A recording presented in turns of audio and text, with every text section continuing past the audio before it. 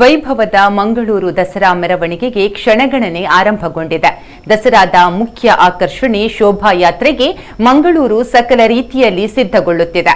ನಗರದ ಬೀದಿಗಳು ವಿದ್ಯುತ್ ದೀಪಗಳ ಅಲಂಕಾರದಿಂದ ಕಂಗೊಳಿಸುತ್ತಿವೆ. ಶ್ರೀ ಕ್ಷೇತ್ರ ಕುದ್ರೋಳಿ ಗೋಕರ್ಣನಾಥ ದೇವಾಲಯದಿಂದ ಆರಂಭಗೊಳ್ಳುವ ಶಾರದಾ ಮಾತೆ ಹಾಗೂ ನವದುರ್ಗೆಯರ ಶೋಭಾಯಾತ್ರೆ ಮೆರವಣಿಗೆಗೆ ಸಕಲ ಸಿದ್ಧತೆ ಪೂರ್ಣಗೊಂಡಿದ್ದು ನಾಳೆ ಸಂಜೆ ಭವ್ಯ ಶೋಭಾಯಾತ್ರೆ ಜರುಗಲಿದೆ. ವಿಶ್ವವಿಖ್ಯಾತ ಮೈಸೂರು ದಸರಾಗೆ ಅರಮನೆ ಮೆರುಗು ನೀಡಿದ್ರೆ ಮಂಗಳೂರು ದಸರಾಗೆ ಕುದ್ರೋಳಿ ಗೋಕರ್ಣನಾಥ ದೇವಾಲಯದ್ದೇ ದರ್ಬಾರು.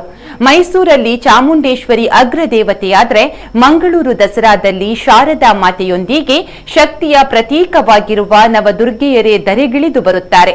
ಒಂದೆಡೆ ಮೈಸೂರಿನಲ್ಲಿ ವಿಶ್ವವಿಖ್ಯಾತ ಜಂಬೂ ಸವಾರಿ ನಡೆದರೆ ಇನ್ನೊಂದೆಡೆ ಮಂಗಳೂರಿನಲ್ಲಿ ನವದುರ್ಗೆಯರ ಭವ್ಯ ಮೆರವಣಿಗೆ ಜರುಗುತ್ತೆ. 10 ದಿನಗಳ ನವರಾತ್ರಿ ಆಚರಣೆ ಮಂಗಳೂರು ದಸರಾ ಉತ್ಸವ ಕೊನೆಯ ದಿನ ಈ ಭವ್ಯ ಮೆರವಣಿಗೆಯೊಂದಿಗೆ ತೆರೆ ಬೀಳುತ್ತೆ. ಮಂಗಳೂರಿನಲ್ಲಿ ನಡೆಯುವ ಈ ವಿಜೃಂಭಣೆಯ ದಸರಾ ಉತ್ಸವದ ಆಕರ್ಷಕ ಮೆರವಣಿಗೆಯನ್ನು ಕಣ್ತುಂಬಿಕೊಳ್ಳಲು ದೇಶ ವಿದೇಶಗಳಿಂದ ಲಕ್ಷಾಂತರ ಜನ ಈಗಾಗಲೇ ಮಂಗಳೂರಿನಲ್ಲಿ ಬೀಡು ಬಿಟ್ಟಿದ್ದಾರೆ. ಸುಮಾರು 9 ಕಿಲೋಮೀಟರ್ ಈ ಭವ್ಯ ಮೆರವಣಿಗೆ ಜರುಗುತ್ತೆ. ಮೆರವಣಿಗೆ ಹಾದು ಹೋಗುವ ರಸ್ತೆಯುದ್ದಕ್ಕೂ ಶ್ರೀ ಕ್ಷೇತ್ರದ ವತಿಯಿಂದ ವಿದ್ಯುತ್ ದೀಪಾಲಂಕಾರ ಮಾಡಲಾಗಿದ್ದು ದಸರಾ ಮೆರವಣಿಗೆಯಲ್ಲಿ 75ಕ್ಕೂ ಅಧಿಕ ಸ್ತಬ್ಧ ಚಿತ್ರಗಳು 100ಕ್ಕೂ ಹೆಚ್ಚಿನ ಕಲಾ ತಂಡಗಳು ಭಾಗವಹಿಸಲಿವೆ. ಈ ಭವ್ಯ ಮೆರವಣಿಗೆ ಸಾಂಗವಾಗಿ ನಡೆಯಲು ಬಿಗಿ ಪೊಲೀಸ್ ಬಂದೋಬಸ್ತ್ ವ್ಯವಸ್ಥೆ ಕಲ್ಪಿಸಲಾಗಿದೆ.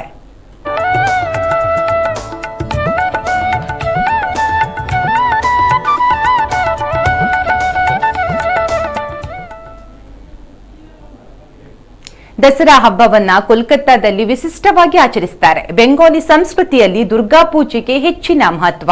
ಕರಾವಳಿಯಲ್ಲೂ ಕೂಡ ಬೆಂಗಾಲಿ ಶೈಲಿಯ ದುರ್ಗಾ ಪೂಜೆ ನಡೆಯುತ್ತೆ. ಲಾಲ್ಬಾಗ್ನಲ್ಲಿರುವ ಹಿಂದಿ ಪ್ರಚಾರ ಸಮಿತಿಯಲ್ಲಿ ಕೋಲ್ಕತ್ತಾದಿಂದ ಬಂದು ಮಂಗಳೂರಿನಲ್ಲಿ ನೆಲೆಸಿರೋ ಅಲ್ಲಿನ ನಿವಾಸಿಗಳು ತಮ್ಮ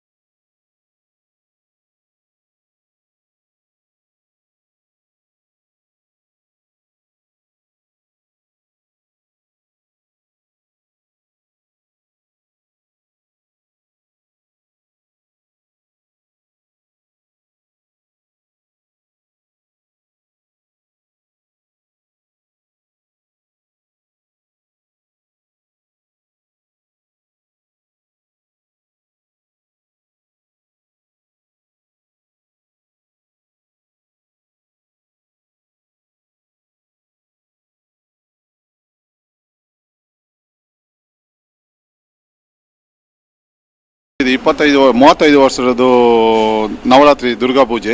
ಈ ದುರ್ಗಾ ಪೂಜೆಗೆ ನಮ್ಮ ಪಂಚಮಿಯಿಂದ ಸ್ಟಾರ್ಟ್ ಆಗ್ತಾಯಿದೆ, ಪಂಚಮಿಯಿಂದ ದಶಮಿ ತನಕ. ಅದಕ್ಕೆ ಪಂಚಮಿಯಿಂದ ನಮ್ಮ ದುರ್ಗಾ ಒಟ್ಟಿಗೆ ಅವರು 4 ಜನ ಮಕ್ಕಳ ಬರ್ತಾ ಇದೆ. 4 ಜನ ಒಟ್ಟಿಗೆ ಒಂದು ಲಕ್ಷ್ಮಿ, ಮತ್ತೊಂದು ಸರಸ್ವತಿ, ಒಂದು ಕಾರ್ತಿಕ್, ಮತ್ತೊಂದು ಗಣೇಶ್. ಅದದ್ದು ವಿಶೇಷ.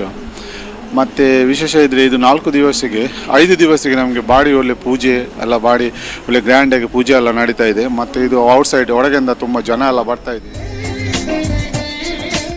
ಬಂಗಾಳ ಶೈಲಿಯ ಮೂರ್ತಿ ತಯಾರಕರು ಇಲ್ಲಿ ಯಾರೂ ಇಲ್ಲದ ಕಾರಣ ಪೂಜೆಯ ಪುರೋಹಿತರು ಕೋಲ್ಕತ್ತಾದಿಂದಲೇ ಆಗಮಿಸುತ್ತಾರೆ. ನಾವು ನವರಾತ್ರಿಯನ್ನ ಲಲಿತಾ ಪಂಚಮಿ ದಿನದಿಂದ ಆರಂಭಿಸುತ್ತೇವೆ. ಅಂದೇ ಮೂರ್ತಿ ಪ್ರತಿಷ್ಠಾಪನೆ ಮಾಡುತ್ತೇವೆ.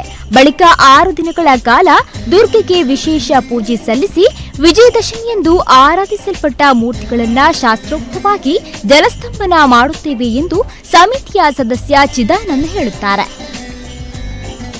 ವಿಜಯದಶಮಿ ಇದ್ದರೆ 19 ತಾರೀಕು. ವಿಜಯದಶಮಿ ನಮಗೆ 4-5 ಗಂಟೆಯಿಂದ ರಾತ್ರಿ 12 ಗಂಟೆ ತನಕ ನಮಗೆ ಇದು ವಿಜಯದಶಮಿ ಆಗ್ತಾಯಿದೆ.